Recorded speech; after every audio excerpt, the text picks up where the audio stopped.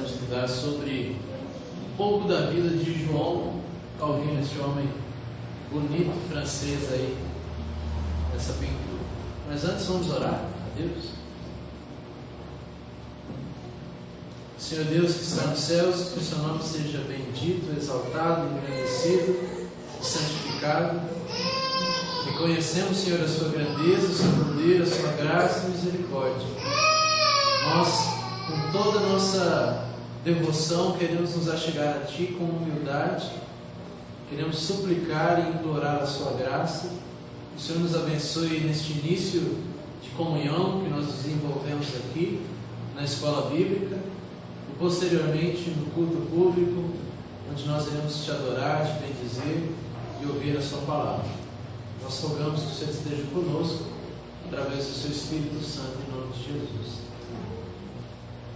Então, João Calvino.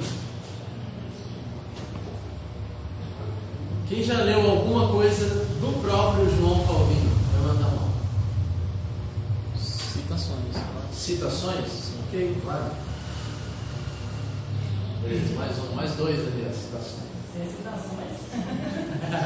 Citações a gente está voando. Irmãos, hoje a gente vai ver não a teologia propriamente de João Calvino, que não é a nossa proposta aqui desde o começo do mês, mas a gente vai ver um pouquinho da vida, que geralmente não é muito falado, de Calvino e de outros reformadores. Coloquei aqui como subtítulo: João Calvino, teólogo sem lápide. Quem sabe o que é lápide? Quem não sabe o que é lápide? Ou assim, você acabou esquecendo, você não está lembrando. Meu irmão Deus. Quem sabe o que é lápide aí, por favor, diga. É onde fica marcado a data de nascimento, a data de morte, quem foi, Lá no da cemitério. pessoa, no cemitério. Certo. Por que eu coloquei teólogo sem lápide? Porque enquanto ele estava vivo, e João Calvino, a marca de sua vida, de sua doutrina, é a humildade, ele pediu que ele fosse enterrado sem lápide, para que ninguém soubesse onde seu corpo estava, para que ninguém tentasse fazer nada, nem coisas boas, nem coisas ruins, ou todas ruins, né? Idolatria, enfim. Né? Porque ele foi um homem muito admirado, seguido aí na fé cristã pelos seus ensinos. Então a gente vai ver também ao longo desse estudo o quanto a humildade é uma das marcas de João Calvino, que geralmente é o contrário de alguns que seguem ele. Né? Tem alguns calvinistas aí recentemente que se arrogam, são orgulhosos, pretensiosos. Espero que não seja o nosso caso aqui. Bom? Começar vendo um pouquinho sobre a piedade de Calvino. O que ele entendia como piedade? O que significa piedade? Geralmente os puritanos diziam que piedade significa essa vida em reverência diante de Deus, baseada no seu amor e na sua glória. Ou seja, Deus ele me ama e Ele é tão justo ao ponto disso mudar a minha vida diretamente. A forma como eu vivo a minha vida vai ser para Ele. Vai ser uma vida piedosa, de santidade, seguindo aos passos do Senhor. Uma frase de Teodoro de Beza, um grande amigo de João Calvino, disse o seguinte a respeito dele: tendo presenciado a sua conduta por 16 anos, posso agora declarar que nele todos os homens veriam um mais belo exemplo do caráter de Cristo, um exemplo que é fácil de ser caluniado e difícil de ser imitado. Essa imagem que eu trouxe aqui é de um vitral de uma igreja na França. Essa aqui era a marca da teologia de João Calvino. Assim como Lutero tinha a sua marca, o seu desenho, ele também desenvolveu um desenho próprio, que é um coração dentro de uma mão estendido para Deus. E aí ele diz uma frase, o seguinte, em uma das suas orações: eu ofereço a Ti meu coração, ó Senhor, pronta e sinceramente. Então esse é um pouquinho de início de quem é João Calvino. João Calvino também é marcado pela forma como ele se relaciona com os 10 mandamentos. Se alguém aqui se lembrar, Martinho Lutero ele se relacionava com os 10 mandamentos de uma forma um tanto negativa. O que eu quero dizer com essa forma negativa? Não é que ele via os mandamentos como negativo, mas ele entendia que Deus deu os mandamentos apenas para mostrar o quanto o homem é mau. É para isso que Lutero entendia os 10 mandamentos. Deus deu os 10 mandamentos para quê? Para mostrar que os homens não conseguem cumprir. E Isso está correto. Mas João Calvino desenvolveu um pouco mais essa doutrina, e ele disse então que Deus deu a lei, os 10 mandamentos, também para o cristão.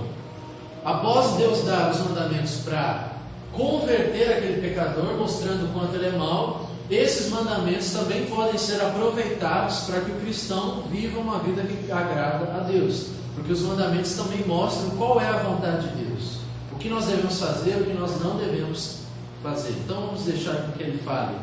Ele diz o seguinte: se alguém deseja ter um método próprio para governar bem a sua vida, a lei de Deus é a única perfeitamente suficiente para tal propósito. Mas que, ao contrário, assim que as pessoas se apartam dela, são passíveis de cair em infindáveis erros e pecados. Então, João Calvino enxergava os 10 mandamentos como um padrão de vida para nós vivermos agora já salvos, já convertidos. Ali nós temos a vontade de Deus bem declarada para nós. Vamos a uma outra parte da vida de João Calvino. Quem já ouviu falar das institutas? Quem nunca ouviu falar das institutas? Legal. Institutas é uma palavra que significa instruções. João Calvino, com 23 anos de idade, ele escreve um compêndio chamado As Institutas da Religião Cristã, ou As Instruções da Religião Cristã. Ele é um dos primeiros a fazer como se fosse uma sistemática da fé. Ali ele desenvolve o conceito de Deus, o conceito de oração, de fé, de leitura bíblica, o conceito de Cristo, dos anjos, da Trindade, batismo, ceia. É um apanhado geral da fé cristã. Ele desenvolve nesse grande compêndio teológico, talvez um dos principais materiais da Reforma Protestante. Então ele é famoso por esse material, até hoje muito publicado e conhecido, e ele é famoso pelos seus comentários bíblicos. Ele escreveu comentários de todos os livros da Bíblia, menos de Apocalipse, 2 e 3 João. Todos os livros da Bíblia ele escreveu e comentou. E não foi comentários pequenos não, tá? Não é que ele está lá escrevendo e fala, vou comentar alguma coisa aqui sobre Gênesis. Não, ele ia versículo por versículo comentando. Então, se você for ler um dia os comentários de Calvino, eu espero que você o faça, você vai ver o quanto ele é profundo na palavra de Deus, mas ele também tem um aspecto muito pastoral, muito prático na sua aplicação. Qual é o objetivo dele ter escrito as Institutas? Esse trecho aqui eu extraí do início das Institutas. Ele escreve as Institutas, mais de 1000 páginas, como se fosse uma carta ao rei Francisco I, ao muito poderoso e ilustre monarca Francisco, cristianíssimo rei dos franceses, seu príncipe João Calvino, roga paz e salvação em Cristo. Para que ele escreveu as Institutas? A fé protestante estava sendo acusada de ser uma religião nova, uma doutrina nova. Então o que João Calvino faz? Ele escreve as principais doutrinas da fé, ele usa a própria palavra de Deus como base e também faz citações de vários pais da igreja ao longo da história. Para quê? Para mostrar para o monarca Francisco, que na época era católico, que a fé protestante não era uma fé nova, não era uma fé inovadora ou contrária à fé católica. Pelo contrário, que eles estavam defendendo realmente a fé católica pura, a fé que Jesus ensinou aos apóstolos, os apóstolos passaram para os pais da igreja, só que aí em algum momento na história a igreja católica começou a corromper esse ensino, e então os reformadores não estavam ensinando algo novo, pelo contrário, eles estavam buscando reformar a igreja, aqueles ensinamentos antigos. Então ele escreve esse grande texto teológico como resposta para defender o movimento protestante. Fica claro isso? Sim. É importante a gente entender isso. Qual é a estrutura das Institutas? 5 partes. Primeira parte ele vai falar sobre a lei, em geral sobre o conhecimento de Deus. A segunda parte ele fala sobre fé, e ele usa muito o credo apostólico, é uma exposição do credo apostólico. A terceira parte ele dedica só para a oração. Quarta parte ele vai falar sobre os sacramentos, batismo e ceia. E a quinta parte ele fala sobre a liberdade cristã. Então essa é a estrutura básica das Institutas de João Calvino. Inclusive você pode pesquisar na internet, está lá aberto, vários trechos para você ler e pesquisar, tá bom? Tudo já até aqui? Vamos seguir. Como que João Calvino entendia a teologia? Hoje a gente tem tido algum problema nos meios neo-reformados. A reforma tem de alguma forma se espalhado como se fosse uma modinha, e algumas pessoas que têm aderido à fé reformada, ao calvinismo, enfim, geralmente elas são marcadas pelo orgulho. Eles querem ficar debatendo na internet, eles querem zombar dos pastores, eles não estão preocupados com a igreja local, enfim, são teólogos com a cabeça muito grande, mas com o coração muito pequeno. Como que João Calvino entendia a teologia? Vamos ver então o que ele diz a respeito desse estudo da pessoa de Deus. Visto que todos os questionamentos supérfluos que não se inclinam para a edificação devem ser com toda a razão suspeitos e mesmo detestados pelos cristãos piedosos, a única recomendação legítima da doutrina é que ela nos instrui na reverência e no temor de Deus. Então, para que a gente estuda Deus? Para temê-lo e termos reverência diante dele, não apenas para a gente agregar conhecimento. E assim aprendemos que o homem que mais progride na piedade é também o melhor discípulo de Cristo, e o único homem que deve ser tido na conta de genuíno teólogo é aquele que pode edificar a consciência humana no temor de Deus. Então este é o verdadeiro e genuíno teólogo, aquele que ensina Deus para a edificação das pessoas, para que as pessoas possam cada vez mais conhecer e amar a Deus, não apenas para ter conhecimento ou para debater. Já? Vamos passar então. Há muita questão sobre isso aqui. Qual é o centro do pensamento da teologia de João Calvino? Uns vão dizer que ele criou a doutrina da predestinação, outros vão falar que ele tinha mais interesse em temas políticos e econômicos, mas qual será realmente o centro do pensamento da teologia de João Calvino? Vou mostrar para vocês a seguir. O centro da teologia de João Calvino é a seguinte: a íntima ligação da cabeça e membros, a habitação de Cristo em nosso coração, aquilo que ele chamava de a união mística de Cristo com os crentes. O que é essa união mística? É a habitação de Cristo no coração do salvo. Estão em harmonia conosco em elevado grau de importância. Assim, pois, Cristo, tendo sido feito nosso, torna-nos participantes com Ele nos dons nos quais Ele está dotado. Uma outra frase de Calvino: Cristo, entretanto, é corretamente conhecido, ou seja, existe uma forma que você conhece a Cristo errado. Qual é a forma correta de nós o conhecermos? É quando nós experimentamos quão poderosas são a sua morte e a sua ressurreição e quão eficaz elas são em nós, ou seja, o Evangelho. Assim, todas as coisas nos são comunicadas: a expiação, a destruição do pecado, a libertação da condenação, a satisfação em Deus, a vitória sobre a morte, a obtenção da justificação e a esperança da bendita imortalidade. Em outras palavras, o que era mais importante para João Calvino? Ele enxergava no texto bíblico que o ensinamento mais importante é aquele que diz que o crente ele é unido à pessoa de Cristo através da fé. Então tudo que Jesus fez é comunicado para ele através da fé. Ele é unido de tal forma à pessoa de Jesus que ele é considerado um com ele. É aquilo que o apóstolo Paulo escreve em Romanos, dizendo que nós estamos em Cristo. Para aqueles que estão em Cristo já não resta condenação. Aqueles que estão em Cristo estão justificados. Então essa expressãozinha bíblica, em Cristo, é o que João Calvino chamava de união mística. Ok? Vamos passar então. João Calvino e a relação dele com a reforma. João Calvino não era nenhum personagem romântico. Ele não foi das melhores pessoas.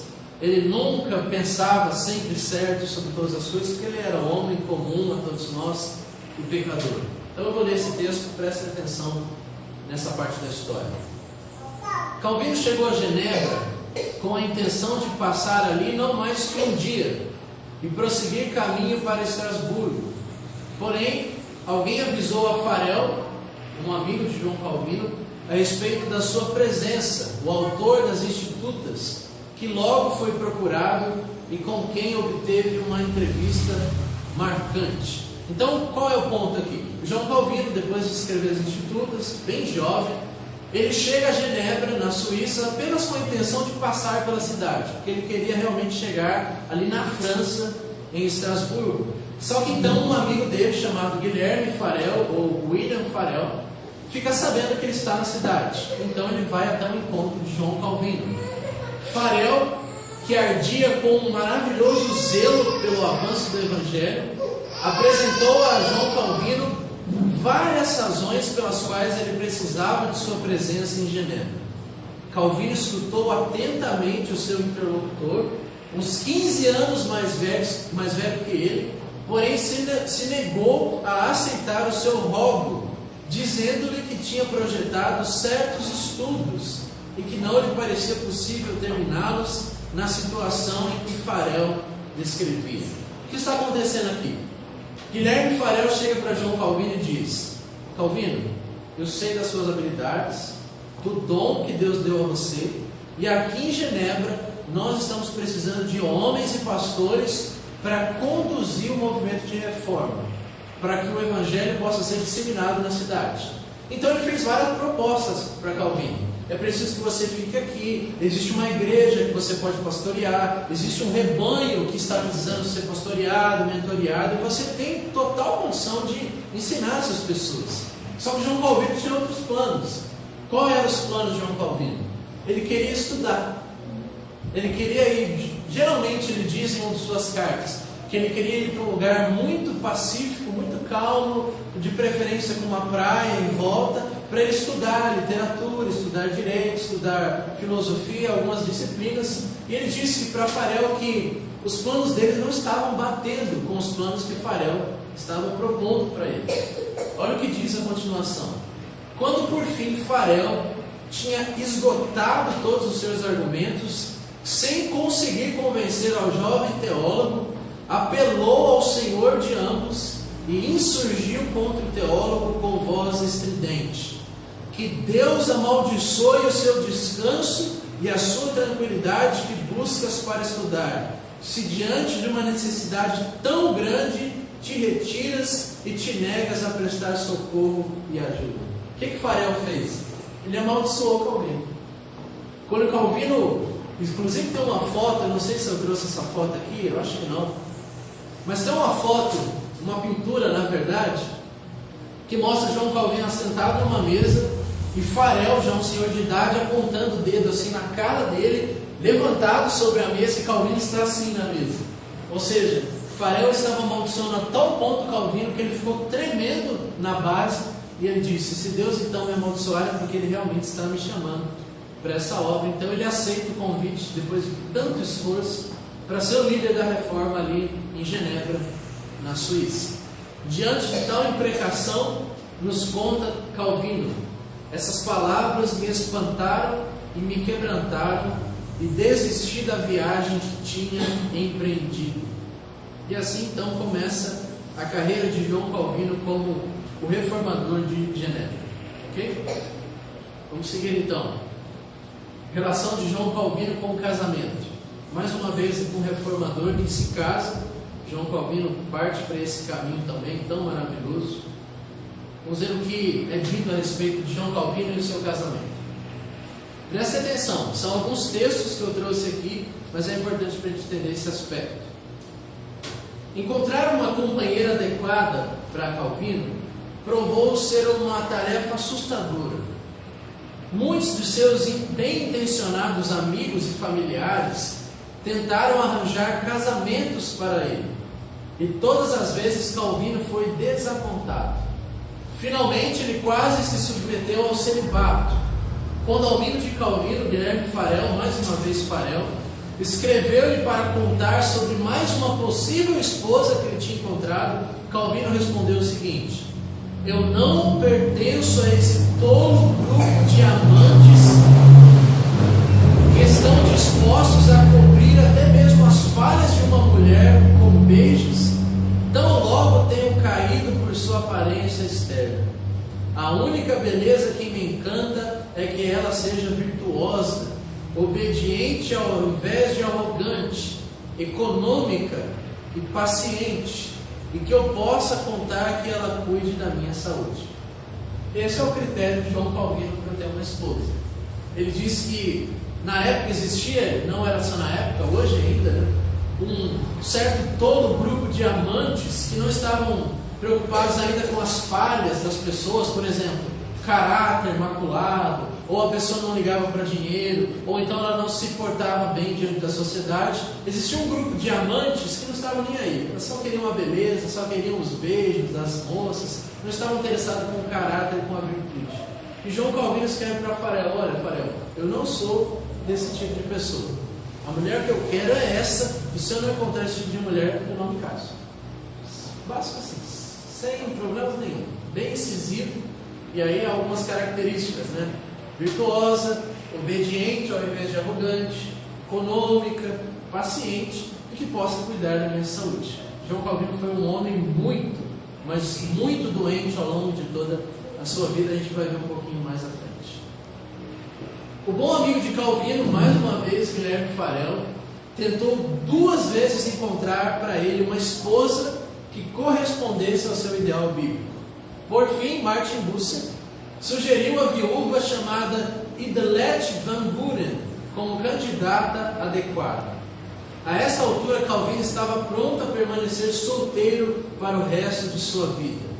Depois de considerar a sugestão de Bucer, no entanto, Calvino percebeu que Idelette, de fato, aparentava ter o caráter que ele procurava. Teodoro Beza, outro amigo de Calvino, primeiro biógrafo confiável, a chamou de a melhor das mulheres, uma mulher séria de espírito e de bom caráter. Cabe aqui uma aplicação prática, para os jovens especialmente, que buscam mulheres ou homens, buscam se casar, enfim. Quais são os critérios que você tem usado para isso? Talvez vocês estão desesperados, ou então tão inflamado pelas nossas paixões que a gente acaba abrindo mão de alguns critérios bíblicos para a gente não ficar sozinho. Mas você vê que um homem aqui que sabia o que a Bíblia diz, e sabia que Provérbios diz que é melhor você morar no deserto do que dentro de uma casa com uma mulher louca, ele entendia isso. Ele disse: eu só caso se eu achar uma mulher ideal, que eu acho que é o padrão bíblico. Se não, prefiro permanecer solteiro para a glória de Deus. A gente tem uma tendência muito errada de olhar para o solteiro na igreja, e talvez os solteiros dentro da igreja são as pessoas mais desprezadas. Por exemplo, a gente tem encontro de casais, a gente tem encontro de namorados, tem encontro de velhos, encontro de jovens, mas a gente não tem palestras para solteiros, a gente não tem aconselhamento para solteiros, porque a nossa sociedade traz essa pressão para o casamento, tipo, você tem que casar. Se você não casa, você é um homem ou uma mulher inferior, você vai ficar para titia. Isso não tem nada a ver. Você pode viver para a glória de Deus tanto no casamento quanto na sua solteirice. Mas quais são os critérios que você tem usado para isso?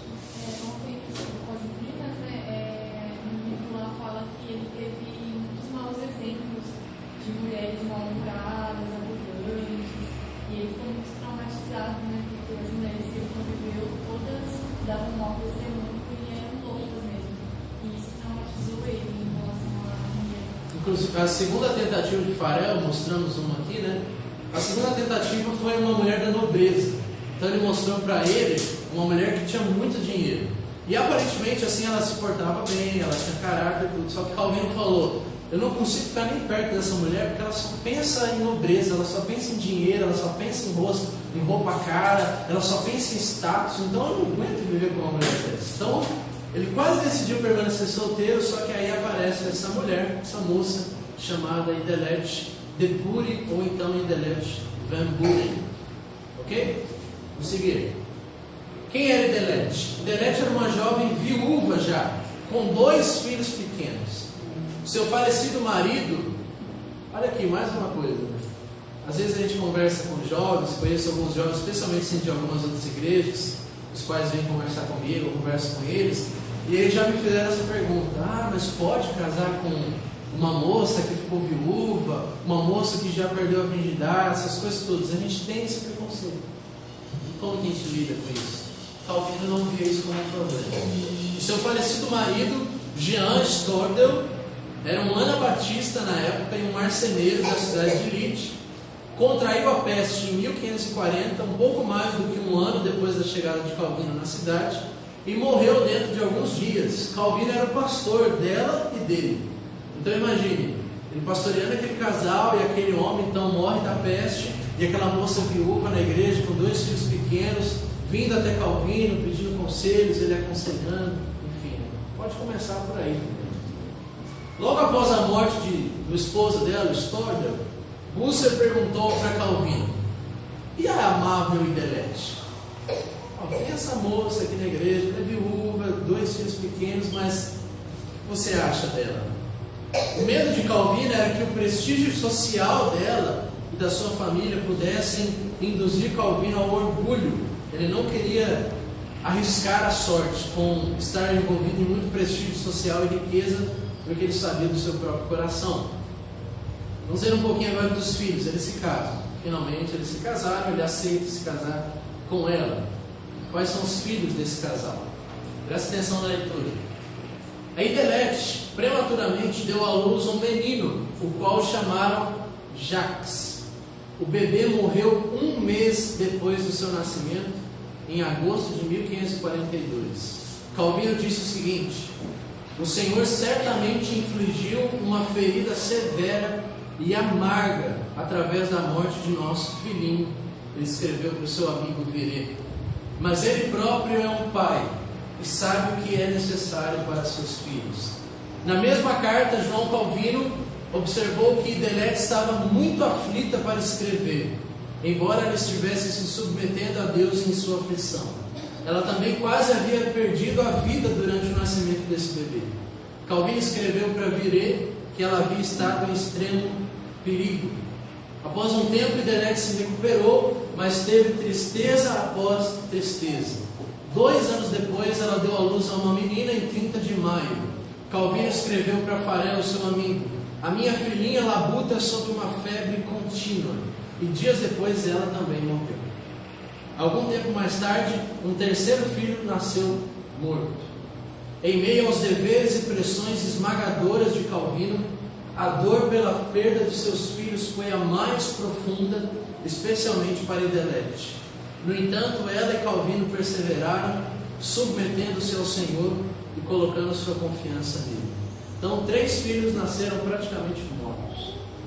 Alguns dias se passaram e eles perderam os filhos. Imagina aí o coração de Calvino, de sua esposa, toda a pressão da reforma sobre ele, e eles se debruçaram em oração, confiando no Senhor. Passaram-se alguns dias, quem morre? A esposa de Calvino. Calvino escreveu o seguinte em uma de suas cartas: eu tenho sido despojado da melhor companheira da minha vida, de alguém que, se lhe fosse solicitado, não só teria participado voluntariamente da minha indigência ou pobreza, mas até mesmo da minha morte. Durante a sua vida ela foi a fiel auxiliadora do seu ministério. Dela eu nunca experimentei a menor resistência. Em outra carta ele escreve o seguinte: eu faço o que posso, a fim de que eu não seja totalmente consumido pela tristeza. Eu fui privado da melhor companheira da minha vida. Ela era a fiel ajudante do meu ministério. Os meus amigos fazem de tudo para aliviar em algum grau a dor da minha alma. Que o Senhor Jesus te confirme pelo seu Espírito, e eu também sobre essa grande aflição, a qual certamente teria me esmagado, não tivesse Ele, cujo ofício é levantar o prostrado, fortalecer os fracos e vivificar o desfalecido, estendido a mim a ajuda do céu. Olha aí o exemplo de João Calvino para nós. E para finalizarmos, João Calvino, uma vida de humildade. Ele escreveu o seguinte: ninguém possui coisa alguma em seus próprios recursos que o faça superior. Portanto, quem quer que se ponha num nível mais elevado, não passa de imbecil e impenitente. em 28 de abril de 1564, um mês antes da sua morte, rodeado pelos pastores de Genebra, ele disse o seguinte, praticamente suas últimas palavras em público: a respeito da minha doutrina eu ensinei fielmente e Deus me deu a graça de escrever. Eu fiz isso do modo mais fiel possível e nunca corrompi uma só passagem das Escrituras, nem conscientemente as distorci. Quando fui tentado a requintes ou então a malabarismos, enfeitar a doutrina, eu resisti à tentação e sempre estudei a simplicidade. Nunca escrevi nada com ódio de alguém, diferente de Lutero, mas sempre coloquei fielmente diante de mim o que julguei ser a glória de Deus. Talvez uma das suas principais frases é essa: para nós, só a glória de Deus é legítima. Fora de Deus, só há mera vaidade. Este é o grande e pequeno teólogo João Calvino, marcado por uma extrema humildade, uma extrema condição difícil de vida, perde 3 filhos, perde a sua esposa, pressão da reforma em Genebra, doenças após doenças, não existia sequer um dia da sua vida onde ele não tinha dor de cabeça, ele contraiu várias doenças da época, fraco, mirrado, ao ponto de a esposa ser praticamente mais uma enfermeira dele do que esposa. Quando a Iderete morre, ele contrata uma enfermeira para cuidar dele, porque ele já não tem condições mais. Infelizmente, a enfermeira que ele contrata é a pior pessoa da face da terra. Inclusive, o Farel escreve o seguinte para ele: se você mantiver essa mulher dentro da sua casa, eu não piso mais o meu pé ali dentro. Então, é tragédia após tragédia na vida de João Calvino, mas ele conseguiu, através das tribulações, produzir aí um peso de glória muito grande para nós, que somos então os seus descendentes espirituais. Então eu espero que a gente possa aprender com João Calvino e olhar para ele como um exemplo de humildade, um exemplo de dedicação. Inclusive a gente brinca no seminário que João Calvino escrevia, tudo que ele escrevia com penas, certo? Ele molhava lá a pena e escrevia. E ele escreveu tudo que ele escreveu com penas. Imagine se o João Calvino tivesse um notebook, o que ele não ia fazer? Então, olha para você hoje. Você tem livros, quantidade de livros que você puder, livros que são impressos da forma mais fácil. Você tem notebook, você tem Bíblia em várias traduções, em várias línguas, você tem pessoas ao seu lado, você tem uma esposa, um esposo, você tem uma família, você tem filhos saudáveis. O que você não pode fazer para Deus? E o que João Calvino não fez? Eu espero que isso nos constranja, mas também nos impulsione. Amém?